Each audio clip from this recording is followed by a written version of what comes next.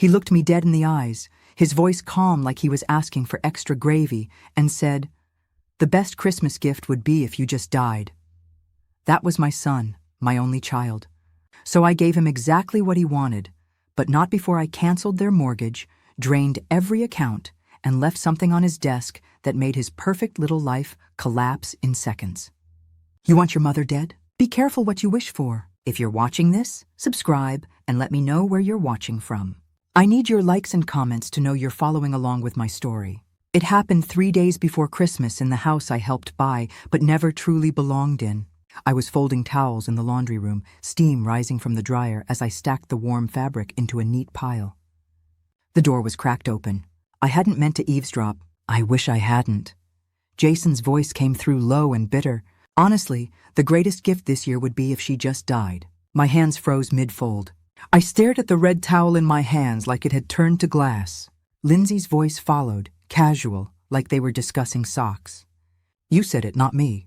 The silence that came after was worse than the words themselves. My son, my only child. I waited, heart pounding, hoping he'd laugh it off. Say he was joking. Say anything human. But he didn't. He just sighed. It's exhausting her being here all the time. We can't keep doing this. I pressed my palm to the counter to steady myself. The towel slipped. I didn't care. She's not dying anytime soon, Lindsay said with a sigh of her own. Guess we'll just have to suck it up until then. I backed away from the door before I screamed or cried or collapsed. My knees barely held me up as I climbed the stairs to the in-law suite they so generously let me live in. My room, the one they never let me decorate, the one without locks. I sat on the edge of the bed, staring at nothing until my vision blurred. My fingers reached for the notebook I kept in the drawer beside the bed, the one with grocery lists and reminders to refill my blood pressure meds. I turned to a fresh page and wrote it down word for word. The greatest gift this year would be if she just died. I read it again, then again, trying to convince myself I'd misheard. But I hadn't. My own son, the baby I carried through 28 hours of labor, wished me dead so he could have a more peaceful Christmas. The man who cried at his wedding, who called me his hero at his father's funeral. I thought about all the times I'd left extra money in his kitchen drawer when they were tight that month. The babysitting, the groceries, the 6 figures I gave them to buy this house. All of it meaningless now. I looked around my small space. The off-white walls, the single dresser, the folded blankets in the corner for when the grandkids wanted a sleepover. They hadn't wanted one in months. My throat tightened, but no tears came. Just an ache, a deep, hollow ache that spread through my chest and settled into my bones. I stood and walked over to the closet, opened it, stared at the suitcases I hadn't touched since moving in 3 years ago. The small one still had the airline tag from the cruise I canceled when Jason lost his job. I bent down, unzipped it, and pulled out the envelope I'd taped inside the lining years ago. The one labeled Plan B. My late husband always said, "Trust people with your heart, not your money." I hadn't listened, but I remembered his words when I took out the co-ownership contract and the deed with my name still on it. Jason never filed the updated paperwork, never paid the lawyer to finalize removing me. Said he'd get to it. He never did. I pressed the paper flat on the bed. My hands didn't shake anymore. They felt steady, calm, like they finally remembered how to protect me. I picked up the pen and wrote 4 more words under Jason's coat. I heard you, Jason. I stayed in that room most of the night, barely blinking. I couldn't sleep. Every time I closed my eyes, I heard his voice again. The greatest gift this year would be if she just died. My own son. I didn't know what stung more, those words, or the way Lindsay didn't even flinch when he said them. Like it was just true. Like my death would be a relief. The next morning, I sat at the kitchen island sipping lukewarm coffee, pretending my stomach wasn't twisting in knots. Jason walked in first, rubbing his eyes like a child who'd overslept. "Morning," he muttered. I didn't answer. I couldn't. If I opened my mouth, I might scream. Lindsay followed in her usual matching set and full makeup, barely glancing at me as she scrolled on her phone. I watched them move around the kitchen like nothing had happened, like they hadn't shattered me the night before. "You okay?" Jason finally asked. "You look pale." "Just tired," I said. "I didn't sleep much." "You should try melatonin," Lindsay offered, without looking up. "It works wonders." I wanted to laugh. I wanted to stand up and ask, "Does melatonin fix having a son who wants you dead?" Instead, I stirred my coffee and nodded. My eyes drifted to the living room where the Christmas tree blinked softly. The kids had made paper snowflakes last week and taped them to the windows. I'd helped. I always helped. Every year since I moved in, I made sure the holidays felt magical for them. Stockings, crafts, even the stupid matching pajamas Lindsay insisted on for Instagram. 3 years ago, when Jason called in tears after his loan fell through, I sold my home. My home? The one their father and I built together? I wired $120,000 to his account that same week. And when the realtor asked whose name was going on the deed, I said both. Jason promised I'd always have a place. "You'll live with us," he said. "The kids will love having you close." I believed him. God help me, I believed every word. I moved into the in-laws suite with nothing but 2 suitcases and my husband's favorite chair. Lindsay didn't want any of my old furniture in the house. She said it didn't match her aesthetic. Now, I couldn't walk into a room without asking permission. Don't move the couch. Don't rearrange the pantry. Don't use that bathroom when we have guests. I was a ghost in the house I paid for. A silent, careful ghost who folded towels and paid for groceries and bit her tongue every time Lindsay rolled her eyes. "Can you pick up the kids from school today?" Jason asked, shaking me out of my thoughts. "Lindsay's got a nail appointment, and I need to take the car in." "Sure," I said, like I always did. My voice was steady, but inside I was crumbling. I took another sip of coffee, just to have something to do with my hands. He looked at me. Really looked at me. "Are you mad about something?" "Why would I be mad?" I asked. "No reason. You just seem off?" "I'm fine," I said. "Just let me know what time." He nodded and left the room. Lindsay didn't say a word. She just stood by the fridge eating yogurt straight from the container and texting with her acrylics tapping. I wanted to smash that phone against the wall. Instead, I picked up the mugs, washed them in silence, and wiped down the counters. My chest ached, but I kept moving. That's what mothers do. We keep moving. I went upstairs to the guest room, my room, and opened the drawer with the documents I hadn't looked at in years. The deed, the co-ownership agreement, the notarized letter from the lawyer. They never filed to remove my name. They said it wasn't necessary, that we were family. I stared at my signature, so neat, so trusting. My reflection in the window looked older than I remembered, tired. I touched the edge of the paper and whispered, "Maybe it's time I remembered whose name is still on this house." I sat on the edge of the bed for a long time, just holding that deed like it was the last piece of proof that I hadn't imagined all the years I'd given, all the sacrifices I'd made. My fingers moved without thinking as I reached into the drawer where I kept old mail, the kind no one ever bothers to open unless something's gone wrong. The top envelope had the mortgage company's logo on it. I tore it open slowly, not because I was nervous, but because deep down, I already knew it wouldn't be good. Past due. I read the words twice, then again just to be sure. They were 3 months behind. 3. I stood up fast, like my body couldn't sit with that kind of betrayal. I walked over to the tiny desk in the corner of my room and opened my laptop. I hadn't checked the bank account in a while, the one I set up when I first moved in, just in case they needed help. I stopped keeping track after the 2nd year because Jason always acted like my money was just there if needed. Apparently, it had been needed, repeatedly, thousands gone. Quiet little withdrawals Jason made without ever asking. The joint account I opened to help with emergencies had become his personal ATM. I leaned back in the chair and stared at the numbers, sick to my stomach. Groceries, utilities, random charges from home improvement stores. I wasn't just living with them. I was funding them. Every time I thought I was helping, I was actually just cleaning up their mess in silence. I heard the front door open downstairs. Lindsay's voice floated up, too loud and too happy for someone who couldn't pay the mortgage. The shoes came. Finally, Jason laughed. "Don't tell my mom. She'll freak." "She's not even up here," Lindsay said. "She's always in her little cave." My hands curled into fists. I walked to the stairwell and stood where they couldn't see me. "That emergency account is empty," Jason said. "Completely drained. I checked this morning." "What about her other one?" Lindsay asked. "The one you said she used to buy Christmas gifts. She barely uses it. She's old school, still writes checks for everything. Maybe she won't even notice if you pull a little. We're only talking a few hundred." "That's not the point," he snapped. "I'm not robbing my mother." I waited for him to follow that up with something that sounded like regret. He didn't. He just added, "I'll figure something out." I backed away before they saw me. I sat back down at the desk, heart pounding so hard it was hard to breathe. I clicked into the other account, the one I hadn't touched since Robert died. My small safety net, just over 18,000, still there, untouched, hidden from them, because for once I'd listened to my gut instead of my heart.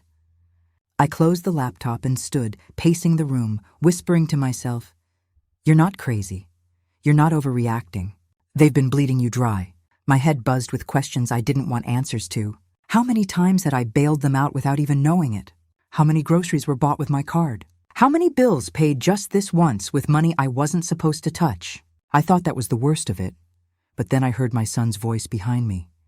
"Hey, Mom, you got a second?" I turned slowly. He stood in the doorway, all fake smiles and easy charm. "Sure," I said, keeping my voice even. "What's going on?" Lindsay and I were thinking maybe after the holidays we could talk about rearranging some of the finances just to make things smoother. "Smoother for who?" "For all of us," he said quickly. "I mean, you've got money sitting in that emergency account. Maybe we should consolidate. Put everything under one umbrella so nothing falls through the cracks and you can manage it." "Well, yeah. I mean, I already handle most of the bills. It just makes sense." I let the silence hang there long enough for him to shift uncomfortably. "I'll think about it," I said. "But that money is still mine." "Of course," he said. "I just meant—" "No," I cut in. "You meant what you said and I heard you. All of it." He blinked. "What?" "Nothing," I said quietly. "I just need some air." I walked past him down the stairs and out the front door before I lost it. The cold air hit me hard, but I didn't care. I walked around the block trying to calm the storm building in my chest. Every step felt like a countdown. I wasn't the one falling apart anymore.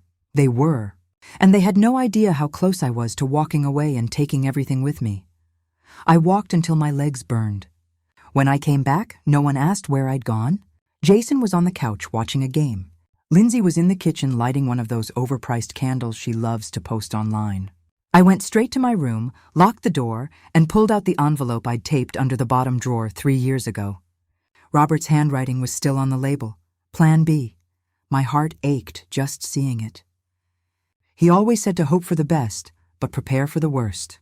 I hadn't thought I'd ever need this. I opened it slowly, like it might explode. Inside was everything. Copies of the co-ownership deed, letters from the lawyer, a list of the account numbers he made me keep separate. He'd insisted we protect ourselves, even from family, he warned. Especially from family. I hated him for being right. I called Sophia, the lawyer Robert and I had trusted for decades. She picked up on the third ring. "Elaine, is everything okay?" "I need to know if the paperwork we filed on the house is still valid," I said. "The one with my name on the deed," she paused. "Of course it is. You never signed the removal. Jason never filed it. So I still legally own 40%? "Yes. Why?" I sank into the chair and whispered, "Because they want me dead, Sophia. And they don't even hide it anymore." Her voice dropped. "Tell me what happened." I told her everything. The conversation I overheard, the drained accounts, the past due mortgage, and now they want control over my last savings account. "They're not even pretending to care anymore. Elaine, we can act. You have power here. You're not trapped." "I don't want revenge," I said. "I want out. But I want out on my terms. Then we draft a notice of intent to sell. I'll have it ready tomorrow." I closed my eyes. "Make sure it goes to both of them. I want this to hit hard." After we hung up, I opened my suitcase for the first time in years and started packing. Not in a panic, not because I was scared, but because I was done. I folded each piece of clothing like I was folding away the version of me that tolerated too much for too long. I packed light, just the essentials, one suitcase, one handbag, my passport. I called the airline and used the points I'd been collecting for a decade. The woman on the other end sounded cheerful when she said, "And where will you be flying, Miss Thomas?" "Paris." My voice didn't shake. "One way." As I zipped the suitcase, Jason knocked. "Mom, got a second?" I kept packing. "Sure." He stepped in, saw the suitcase, and frowned. "Going somewhere?" "Thinking about it." "Is this about earlier?" "Look, I was just frustrated. Things are tight right now." "I know they are," I said without looking at him. "That's why I'm leaving." "You don't have to do that." "No," I turned and met his eyes. "I really do." "Is this about the money?" "Mom, we'll figure it out. You don't need to stress." I tilted my head. "So, why did you empty the joint account?" He blinked. "It was an emergency." "Which one?" The mortgage, the credit cards, or Lindsay's new shoes? Don't do this, he said, voice getting sharper. We're family. You stopped treating me like family the day you said my death would be a gift. His face went pale. You heard that? Every word. I walked past him and opened the top drawer, pulled out the legal envelope, and handed it to him. What's this? My answer. I watched his hands shake as he opened it. You're forcing a sale or you can buy me out. Your choice. You can't be serious, Jason. I'm flying to Paris in 2 days. Believe me, I've never been more serious. He stared at the paper. We don't have that kind of money. Then you better find it, because Plan B is already in motion. I woke up the next morning to the sound of Lindsay screaming. At first, I thought something had happened to the kids, but then I heard Jason's voice from downstairs. I don't know. Okay, I paid it. Well, I thought I did. I walked to the top of the stairs and saw them both standing in the kitchen, faces red and wild. The Christmas tree in the living room was dark. No lights, no music, no fake fireplace crackling on the TV. It was December 24th and the power had been shut off. This can't be happening, Lindsay snapped, slamming the fridge door. We have guests coming tomorrow. My mother is flying in from Chicago. We'll figure it out, Jason said. Just calm down. Calm down? Her voice cracked. Did you forget to pay the electric bill? No, I thought, Mom. He stopped himself. You thought what? I said, walking down the stairs slowly. Jason looked at me like a deer caught in headlights. You thought I'd pay it? I didn't raise my voice. I didn't have to. I mean, haven't you been? No, Jason, not anymore. He rubbed his forehead. You're really doing this now? You told me to disappear, I said. This is me disappearing quietly, responsibly. Just out of the way like you wanted? Lindsay stared at me. You can't just cancel payments without telling anyone. You mean like you canceled my presence in this house months ago? I walked over to the kitchen, opened the cabinet, and pulled down a wrapped tin of cookies I'd baked for the girls. You made your choice. I'm making mine. I placed the tin on the counter and turned back toward the stairs. What are we supposed to tell the kids? Jason called after me. They'll wake up tomorrow to a freezing house and no lights. Maybe tell them the truth, I said. That some gifts come with a cost and you ran out of credit. I spent the day finishing what little packing I had left. Folded sweaters, 2 scarves, 1 good coat. My passport was already tucked into the front pocket of my carry-on. Around 3:00 in the afternoon, I crept downstairs while they were arguing in the garage. I placed a small gift for each grandchild under the tree. Just one each. No ribbons, no glittery bags, just simple brown paper with their names written in thick marker. Inside each box was a letter from me. Not a goodbye, just love, memories, and a reminder that none of this was their fault. I went back upstairs and sat on the bed with the suitcase beside me. For the first time in weeks, I smiled. But deep down, something felt off. My phone buzzed just before dinner. Sophia had emailed the official notice to Jason's and Lindsay's personal inboxes. Subject line, Notice of Intent to Sell, Elaine Thomas. The timing was perfect. The lights never came back on. Around 7, Lindsay stormed into the kitchen, grabbed her car keys, and left without a word. Jason followed her outside, yelling. I didn't go down. I stayed in my room, listening to them unravel piece by piece. At 4 a.m., I rolled my suitcase quietly through the hallway and down the stairs. The house was dark and cold, and no one was awake. I stood in the entryway for a moment, hand on the door handle, heart pounding but steady. I opened the door slowly and stepped outside. Snow had started falling. Not much, just a thin, dusty layer on the front steps. I pulled the door shut behind me, walked to the edge of the driveway where the airport shuttle was already waiting. As I climbed in and shut the door, I looked back once. The tree in the window was still dark, not a single light blinking. That was their Christmas, and I hadn't even given them my real gift yet. I landed in Paris just past noon and didn't cry once on the flight.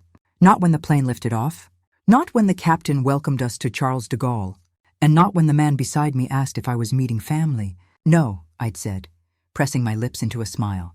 I left them behind. I wheeled my suitcase through the airport with steady hands and a quiet mind. The taxi ride to the apartment was long, but I didn't care.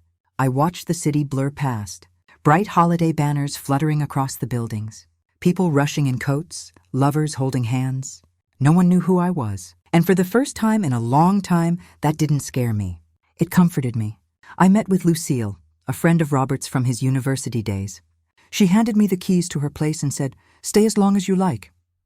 I thanked her and meant it. I unpacked just enough, 2 drawers, 1 small closet. I made a cup of tea, opened the window, and just sat.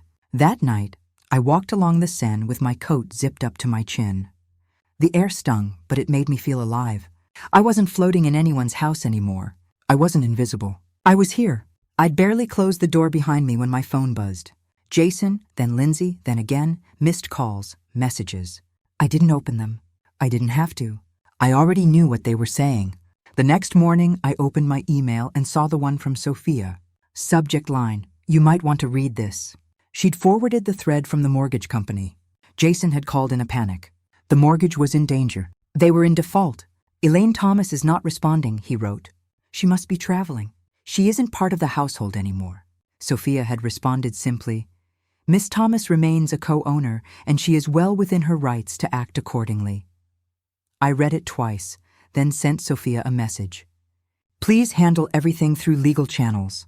I'm unavailable for direct contact." I'd been watching the Eiffel Tower sparkle from the living room window when my phone rang again. This time it wasn't Jason. It was the mortgage lender. I let it ring twice before answering. "Is this Miss Elaine Thomas?" "It is.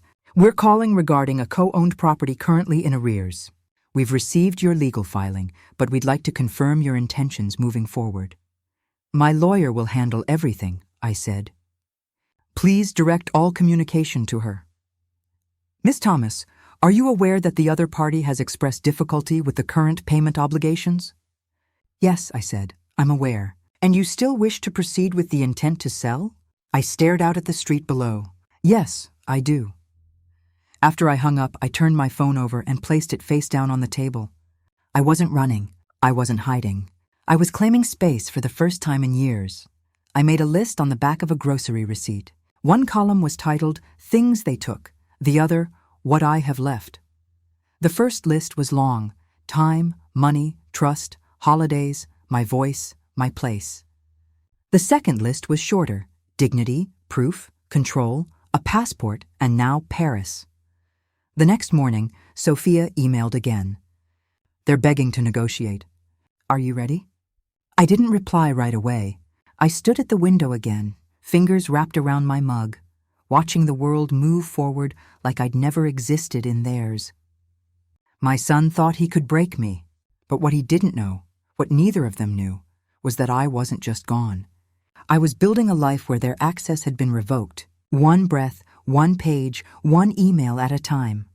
I waited until the first week of January, not out of kindness, but because I wanted the silence to stretch. I wanted them to sit in it. Cold nights, overdue bills, no idea where I'd gone or if I was ever coming back. Then I mailed the letter. Not an email, not a text, not a call. A real letter sealed in a plain white envelope with Jason's name on the front in my handwriting. I knew he'd recognize it. I paid extra for next-day delivery. And then I waited. It didn't take long. 2 days later, my phone buzzed with an incoming video call from him. I didn't answer. A minute later, another from Lindsay. Then her text, "How dare you?" I smiled and set the phone down on the coffee table. I'd written the letter with care. No rage, no insults, just truth. Hard, uncomfortable truth. I detailed every dollar I'd contributed, every payment I made, every sacrifice they'd forgotten. I wrote about the night I overheard them discussing the power outage, the silence, the lies. And then I wrote the final paragraph. This house was a gift. So was I. You lost both. You can either refinance the mortgage on your own or sell and downsize. Either way, I'm done covering for people who only see me as a burden. Consider this your final Christmas gift, Jason called again. And again I finally answered on the third try. "What were you thinking?" He snapped. "You mailed the letter like this. You gave me no choice. You humiliated us. You humiliated me first, repeatedly. We didn't mean it. Yes, you did." I kept my voice steady. "And now you get to live with it. Do you have any idea what you've done? I gave you exactly what you asked for. I disappeared." He paused, and for a second, I thought I heard him choke up. "You blindsided us, Mom." "No," I said softly. "You just weren't paying attention." I ended the call before he could respond. I sat back on the couch, took a deep breath, and looked out the window at the narrow Parisian street below. A couple walked by laughing. A man in a scarf carried a baguette under one arm. Life kept moving. I hadn't thought about revenge when I wrote that letter. It wasn't about revenge. It was about reclaiming something that had been chipped away at for years. my worth. That letter wasn't written to hurt. It was written to end the bleeding, to stop pretending that love means letting yourself be drained dry. Later that night, I got one more message from Lindsay. Just one sentence. "You've ruined us." I read it twice, then deleted it without replying. Their ruin wasn't my doing. It was their entitlement, their manipulation, their belief that I'd keep giving no matter how cruel they became. My only crime was finally saying no. I poured myself a glass of wine, sat by the window, and opened the little notebook I'd started keeping. At the top of the next page, I wrote one word, freedom, and just below it another, finally. I hadn't planned on responding. I really hadn't. But when Jason sent that last message, "You owe us at least a conversation," something inside me snapped. I stared at the screen, heart pounding, lips pressed tight. Then I called him. One ring, two, he picked up. "You finally decided to talk." "This isn't a conversation," I said. "It's clarity. We're your family, Mom. You're the people who watched me cook, clean, pay, babysit, and still whispered that I was in the way." He went quiet. "You said the greatest gift would be if I just died, remember? I didn't mean it like that, but you said it. And you meant it enough to let her say it in front of you, and you didn't stop her. You're twisting everything." "No," I said calmly. "I'm finally seeing it straight. We didn't ask you to leave like that. You ghosted us." Left the kids confused. I left letters for each of them. I made sure they'd never blame themselves. "Can you say the same?" "We're drowning, Mom. The mortgage is underwater. Lindsay's mom backed out of helping. We're selling furniture to stay afloat. You built a house on a foundation I paid for, and now that I've stepped away, it's collapsing. That's not on me." "So what, you just abandon us?" "No," I said, "I'm holding you accountable. We're not bad people. You're not evil," I said, "but you were selfish. You were entitled. And you treated me like a live-in ATM with no feelings. That's over. What do you want from us?" "Nothing. That's the point," he sighed. "So that's it." "No, you'll hear from Sophia. She's drawing up the documents. The house will be sold. You'll get your share after I take mine back. What's left is yours to rebuild with." "Rebuild with what?" "There's barely anything left." "Then maybe you'll finally understand what it's like to start over." I hung up. My hands were shaking, but not from fear. Relief. I stood up, walked to the mirror above the fireplace, and looked at myself for a long time. Not to check my hair or makeup, just to see who I was now. Not a ghost, not a doormat, not the woman who quietly disappeared to make others comfortable. I was someone who drew a line and stood behind it. I was someone who stopped bleeding for people who never offered a bandage.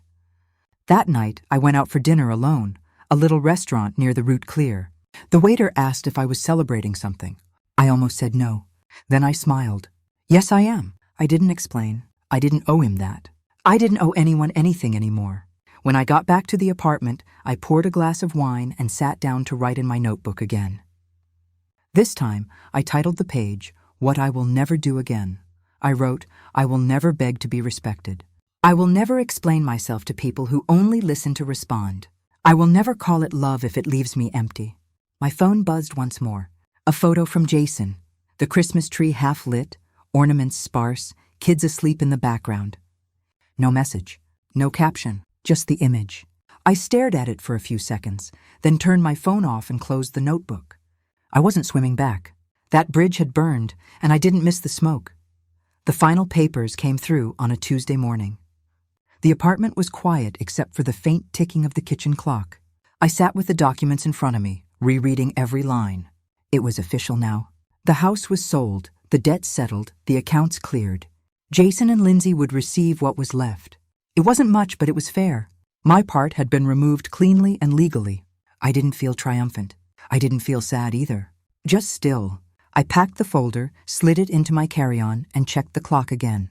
I had a train to catch. As I zipped the suitcase, my phone buzzed. It was a voice message from Jason. I hesitated, then pressed play. "You win," he said. His voice was flat, tired. "We're moving into an apartment near Lindsay's mom. Kids don't understand what's happening. Neither do I really, but I guess it's what we deserve. If that's what you needed, you got it." I didn't reply. Not because I didn't care, but because I finally understood something. His pain wasn't mine to manage anymore. I'd spent years absorbing the guilt, the blame, the heaviness of everyone else's chaos. I wasn't doing that anymore. I stood at the window, watching the Paris traffic glide by. Then I turned, wheeled my suitcase to the door, and locked the apartment behind me. The taxi driver helped me load my bags. "Business or vacation?" he asked. "Closure," I said quietly. He nodded like he understood. Maybe he did. At the station, I found my seat, sat back, and watched the city blur past. I thought about the woman I used to be, the one who kept the peace, the one who swallowed her voice to keep the family together. That woman was gone. She didn't just leave, she evolved. My thoughts drifted to the kids. I missed them. That part still ached, but I'd left each of them something. Letters, photos, memories. One day they'd read those letters. One day they'd understand that love isn't measured in how much someone gives until there's nothing left. It's in the boundaries they draw to survive. I pulled out my notebook one last time. At the top of the last page, I wrote, "I didn't just walk away. I walked toward myself." I stared at those words, then added one more line beneath them. "Let them learn from the echo of my absence." As the train rolled forward, so did I. Not toward revenge, not toward regret, but toward peace. The kind you earn, not the kind you beg for.